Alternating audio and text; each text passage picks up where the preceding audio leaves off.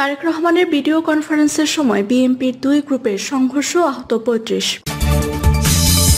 জানাবো বাংলাদেশ ভারত সম্পর্কে শেখ হাসিনা প্রভাব। এদিকে মাইক্রোবাস ও ট্রাকের মুখোমুখি সংঘর্ষে নববধূ ও শিশুসহ নিহত ৪। জানাবো সরকার যদি বেশি সময় নেয় তাদের সরকার পরিচালনা সম্ভব হবে না, বললেন অলি আহমেদ। এবং সর্বশেষ জানাবো হাসপাতালে সেপটিক ট্যাঙ্ক বিস্ফোরণে মেঝেতে ধস, আহত ৩। শুনছিলেন সংবাদ শিরোনাম, এবারে বিস্তারিত। তারেক রহমানের ভিডিও কনফারেন্সের সময় বিএনপির দুই গ্রুপের সংঘর্ষ, আহত ৩৫। বিএনপির ভারপ্রাপ্ত চেয়ারম্যান তারেক রহমানের সঙ্গে জামালপুর জেলা বিএনপির ভিডিও কনফারেন্সের সময় দুই গ্রুপের সংঘর্ষে অন্তত ৩৫ জন আহত হয়েছে। শনিবার বিকালে শহরের দেওয়ানপাড়ায় সৈয়দ আলী কমিউনিটি সেন্টারে সংঘর্ষের পর আহতদের বিভিন্ন হাসপাতালে চিকিৎসা দেওয়া হচ্ছে। জেলা বিএনপির সাধারণ সম্পাদক অ্যাডভোকেট শাহ মোহাম্মদ ওয়ারিস আলী মামুন জানান, বিএনপির ভারপ্রাপ্ত চেয়ারম্যান তারেক রহমানের সঙ্গে ভিডিও কনফারেন্স অনুষ্ঠান দলীয় নির্দেশনা মেনে শুরুর ১০ মিনিট আগে কেন্দ্রীয় এক নেত্রী দলবল নিয়ে জোর করে কমিউনিটি সেন্টারে ঢুকে বিশৃঙ্খলার সৃষ্টি করে। এ সময় ৫টি গাড়ি ভাঙচুর ও ৫টি মোটরসাইকেলে অগ্নিসংযোগের ঘটনা ঘটে। এ ঘটনায় দোষীদের বিরুদ্ধে দলীয় ব্যবস্থা নেওয়া হবে বলেও ওয়ারিস আলী মামুন জানিয়েছেন। অন্যদিকে বিএনপির কেন্দ্রীয় নেতা সাবেক এমপি নীলুফার চৌধুরী মনি বলেন, ক্রাইটেরিয়ার নামে দলের ত্যাগী ও নির্যাতিত নেতাকর্মীদের সবকিছু থেকে বঞ্চিত করা হচ্ছে। জামালপুর সদর থানার ওসি মোহাম্মদ মাহবুব কবির জানান, খবর পেয়ে পুলিশ ঘটনাস্থলে পৌঁছে পরিস্থিতি নিয়ন্ত্রণে আনে। অভিযোগ পেলে আইনগত ব্যবস্থা গ্রহণ করা হবে। বাংলাদেশ ভারত সম্পর্কে শেখ হাসিনা প্রভাব। বৈষম্য বিরোধী আন্দোলনে সরকার পতনের পর দেশ ছেড়ে পালিয়ে ভারতে অবস্থান করছেন সাবেক প্রধানমন্ত্রী শেখ হাসিনা। হাসিনাকে আশ্রয় দেওয়ার বিষয়টি প্রথম থেকে ভালোভাবে নেয়নি বাংলাদেশের অধিকাংশ মানুষ। ভারতে থেকে শেখ হাসিনা রাজনৈতিকভাবে সক্রিয় হওয়ার চেষ্টা করছেন বলেও রয়েছে অভিযোগ। বিষয়টি নিয়ে দিল্লিও রয়েছে কিছুটা অস্বস্তিতে। অলিখিতভাবেই ভারত বাংলাদেশ সম্পর্কে প্রভাব ফেলছে শেখ হাসিনাকে আশ্রয় দেওয়ার বিষয়টি। রাজনৈতিক আলোচনার মধ্যে পূর্ব সতর্কতা ছাড়াই বাঁধ খুলে দেওয়ার অভিযোগ তুলে ফেনী, নোয়াখালীর বন্যার জন্য ভারতকে দায়ী করেছে দেশের মানুষ। অন্তর্বর্তী সরকারের শীর্ষ পর্যায়ে ছিল এমন আলোচনা, যদিও এটি অস্বীকার করে ভারতীয় পররাষ্ট্র মন্ত্রণালয় দাবি করছে ত্রিপুরায় গুমতি নদীর উজানে ডুম্বুর বাঁধ অতিরিক্ত পানির চাপে একা একাই খুলে গেছে।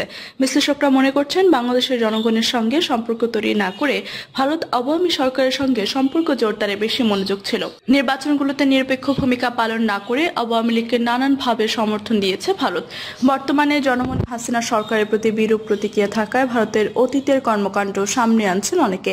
ভারতের রাজধানী দিল্লিতে বসে সাবেক প্রধানমন্ত্রী শেখ হাসিনা বিবৃতি, দুই প্রতিবেশী দেশের বন্ধুত্বপূর্ণ সম্পর্কের অন্তরায়, এটা কোনোভাবেই দুই দেশের সম্পর্কের জন্য সহায়ক নয়। সম্প্রতি ঢাকায় নিযুক্ত ভারতের হাইকমিশনারকে অন্তর্বর্তী সরকারের এই বার্তা জানান পররাষ্ট্র উপদেষ্টা মোহাম্মদ তৌহিদ হোসেন।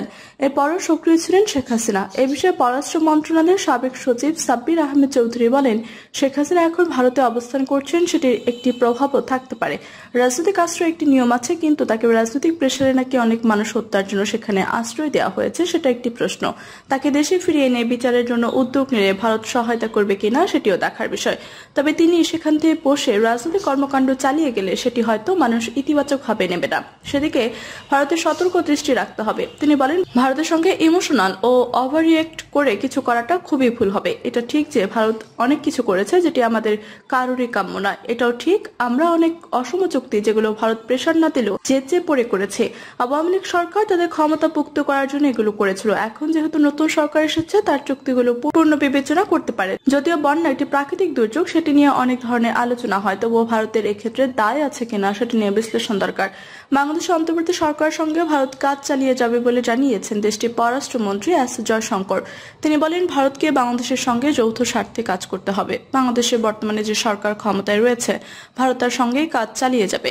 ঢাকা বিশ্ববিদ্যালয়ের আন্তর্জাতিক সম্পর্ক বিভাগের অধ্যাপক ডক্টর আমেনা মহসিন বলেন, বাংলাদেশের সাধারণ মানুষের মনে গত নির্বাচনগুলো যেভাবে হয়েছে এবং সেখানে ভারতের যে ভূমিকা, সেটি নিয়ে তো প্রশ্ন আছেই। এটা খুব স্বাভাবিক। আজ আমরা যে অবস্থায় আছি, এটা বাংলাদেশের সাধারণ মানুষের মনে থাকতেই পারে যে ভারতের ভূমিকাটা যদি নিরপেক্ষ থাকতো, তাহলে হয়তো বাংলাদেশের গণতন্ত্রটা অন্য ধারায় যেত। ভারতের নীতি নির্ধারকরা বাংলাদেশের মানুষের পালসটা বুঝতে পারেনি। বাংলাদেশের সঙ্গে ভারতের সম্পর্কের ক্ষেত্রে অনেক সময় দেখা যায় ব্যক্তি কেন্দ্রিক হয়, সেটার কারণও আছে। আমরা দেখেছি আওয়ামী লীগের সময় তাদের যে নিরাপত্তার বিষয়, যেমন সেভেন সিস্টার্স আওয়ামী লীগ দেখেছে। আমার মনে হয় ভারতের দিক থেকেও একটা দূরদৃষ্টির অভাব থাকে, সেটা আমাদের রাজনৈতিক দলগুলোরও ছিল। তিনি বলেন ভারতে আমাদের প্রয়োজন আছে, ভারতকেও আমাদের প্রয়োজন আছে, সেটা মাথায় রাখতে হবে। আমার মনে হয় ভারতের একটি নিরপেক্ষ ভূমিকা পালন করা দরকার। ভারতের মিডিয়া একটি বড় ভূমিকা আছে, মিডিয়া কি ধরনের ভূমিকা রাখছে সেটিও একটি বড় বিষয়। মনোভাবগুলো তৈরি হচ্ছে, আমরা দেখছি এবং শুনছি, তার উপর ভিত্তি করে সেই দেখা শোনার বিষয়টি কিন্তু ভারতের চেয়ে বেশি হচ্ছে। ভারত যদি বলে তাতে সবকিছু ফ্রি, তাদের কোনো কন্ট্রোল নেই, সেটি ঠিক নয়। তবে ভারত শেখ হাসিনার অবস্থান সম্পর্কে একটা কনসার্ন থেকে যাবে। ওখানে অবস্থানের চেয়ে সেখানে বসে কি ধরনের কার্যকলাপ করছেন সেটি কনসার্ন থাকে। ওখান থেকে যদি রাজনীতিটা হয় সেটি সম্পর্কে প্রভাব ফেলতে পারে, তাই এটি অনেকটা ভারতের উপর নির্ভর করছে। চট্টগ্রাম বিশ্ববিদ্যালয়ের আন্তর্জাতিক সম্পর্ক বিভাগের অধ্যাপক ডক্টর মোহাম্মদ কামাল উদ্দিন বলেন, আমাদের জনগণের পারসেপশন একটা পরিবর্তন এসেছে। বিশেষ করে আওয়ামী সরকারকে ভারতের যে সমর্থন সেটি বাংলাদেশের মানুষ সহজভাবে নেয়নি, যে কারণে মানুষের মধ্যে একটা পারসেপশন হচ্ছে বাংলাদেশ ভারতের সম্পর্কে দূরত্ব তৈরি হয়েছে। কিন্তু অফিসিয়ালি কোনো স্টেটমেন্ট এখনো দেখিনি ভারতের সঙ্গে বাংলাদেশের সম্পর্কের বাস্তবিক দূরত্ব হয়েছে। একই সঙ্গে এমন কিছু ঘটেছে যেমন না জানিয়ে পানি ছেড়ে দেওয়া যে বন্যা হয়েছে, সেজন্য সন্দেহের মাত্রা বেড়ে গেছে। তবে রাষ্ট্রীয় বিবেচনা এখনো সম্পর্কের দূরত্ব হয়েছে সেটি বলা যাবে না। আমাদের ভারতের সঙ্গে সম্পর্কটা অসম। এতদিন যারা ক্ষমতায় ছিল তারা মনে করতো ভারত আমাদের পার্শ্ববর্তী একটি বড় দেশ, সবসময় ভারতকে সন্তুষ্ট করে চলতে হবে। সে জায়গায় একটা পরিবর্তন দরকার, কারণ ভারতেরও আমাদের দরকার। তিনি বলেন আন্তর্জাতিক সম্পর্কে ব্যক্তিকেন্দ্রিক সম্পর্ক হওয়া উচিত নয়, রাষ্ট্রের সঙ্গে রাষ্ট্রের সম্পর্ক থাকা উচিত। বাংলাদেশের জনগণের অভিপ্রায় নিয়ে ভারতকে চিন্তা করতে হবে। বাংলাদেশকে ভারতের খুবই দরকার, কারণ বাংলাদেশে অল্টারনেটিভ জায়গা তৈরি হয়েছে, যেমন চীন আমেরিকার বিষয়টি সামনে আসছে। বাংলাদেশ টিকে থাকার জন্য যে কারোর সঙ্গে সম্পর্ক করতে পারে। এছাড়া শেখ হাসিনা ভারতে বসে রাজনৈতিক কর্মকাণ্ড পরিচালনা করলে সেটি দুই দেশের সম্পর্কে নেতিবাচক প্রভাব ফেলতে পারে। মাইক্রোবাস ও ট্রাকের মুখোমুখি সংঘর্ষে নববধূ ও শিশু সহ নিহত 4। নরসিংদীতে মাইক্রোবাস ও ট্রাকের মুখোমুখি সংঘর্ষে নববধূ শিশু সহ 4 জন নিহত হয়েছে। এ সময় আহত হয় আরো 4 জন। শনিবার রাত 10টা থেকে ঢাকা সিলেট মহাসড়কের নরসিংদীর দাউকরিয়া এলাকায় আঞ্চলিক পাসপোর্ট অফিসের সামনে এই ঘটনা ঘটে। খবর পেয়ে ফায়ার সার্ভিসের সদস্যরা ঘটনাস্থলে পৌঁছে হতাহতদের উদ্ধার করে। নিহতদের পরিবার সূত্রে জানা যায়, গত 16 দিন আগে নববধূ তানজিনা আক্তারের সঙ্গে আহত ইমরানের বিবাহ হয়। বিবাহ পরবর্তীতে 10-12 জন রাজধানী মিরপুর নববধূর বোনের বাসায় দাওয়াত খেতে যায়। দাওয়াত ও পারিবারিক অনুষ্ঠান শেষে ঢাকা থেকে মাইক্রোবাস যোগে নরসিংদী নিজ বাড়িতে ফিরছিল। গাড়িটি ঢাকা সিলেট মহাসড়কের নরসিংদীর দাউকরিয়া এলাকায় আঞ্চলিক পাসপোর্ট অফিসের সামনে পৌঁছলে মালবাহী ট্রাকের সঙ্গে মুখোমুখি সংঘর্ষ হয়। এ সময় ঘটনাস্থলে নববধূ সহ 4 জন নিহত হয়, আহত হয় আরো 4 জন। খবর পেয়ে ফায়ার সার্ভিস সদস্যরা ঘটনাস্থলে পৌঁছে হতাহতদের উদ্ধার করে নরসিংদী জেলা হাসপাতালে নিয়ে আসে। সেখানে আনার পর 4 জনকে মৃত ঘোষণা করেন কর্তব্যরত চিকিৎসক। আহতদের প্রাথমিক চিকিৎসা দিয়ে ঢাকা প্রেরণ করা হয়। নরসিংদী জেলা হাসপাতালের কর্তব্যরত চিকিৎসক ডক্টর রাকিব আশকারি জানান, সড়ক দুর্ঘটনায় 4 জনকে মৃত অবস্থায় হাসপাতালে নিয়ে আসে, 4 জনকে আহত অবস্থায় হাসপাতালে নিয়ে আসা হয়। আহতদের প্রাথমিক চিকিৎসা শেষে উন্নত চিকিৎসার জন্য ঢাকা মেডিকেল কলেজ হাসপাতালে পাঠানো হয়েছে। সরকার যদি বেশি সময় নেয় তাদের সরকার পরিচালনা সম্ভব হবে না, বললেন অলি আহমেদ।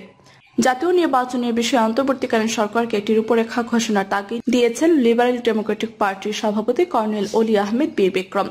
বৈঠক শেষে অপেক্ষমান সাংবাদিকদের তিনি বলেন, ওনারা যদি বেশি সময় নেয় ওনাদের পক্ষে সরকার পরিচালনা করা সম্ভব হবে না।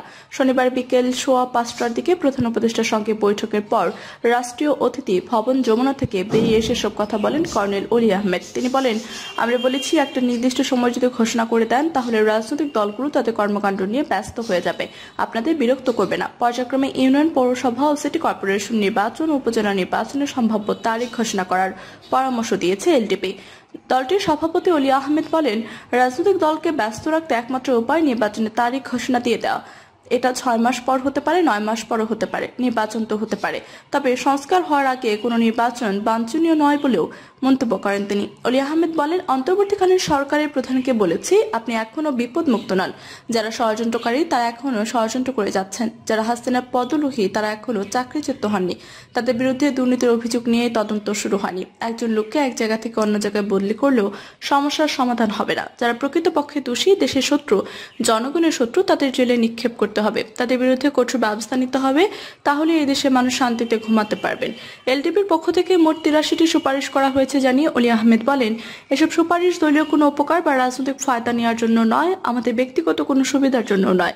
তিনি আরো বলেন, আমাদের মূল লক্ষ্য পরিচ্ছন্ন বাংলাদেশ, দুর্নীতিমুক্ত বাংলাদেশ, চাঁদাবাজ মুক্ত বাংলাদেশ। এখন পর্যন্ত বাংলাদেশকে চাঁদাবাজ মুক্ত করতে পারেনি। এখনো আদালতে ন্যায় বিচার হচ্ছে না। সাধারণ মানুষ যতদিন পর্যন্ত ন্যায় বিচার না পাবেন ততদিন পর্যন্ত এই স্বাধীনতার মূল্য নেই। সেই বিবেচনা রেখেই 83টি প্রস্তাব দিয়েছে। প্রিয় দর্শক, এই ছিল এখনকার মতো সর্বশেষ সংবাদ। আপনি সব সংবাদ পেতে চ্যানেল সাবস্ক্রাইব করে পাশে থেকে বেল বাটনটি ক্লিক করে রাখুন।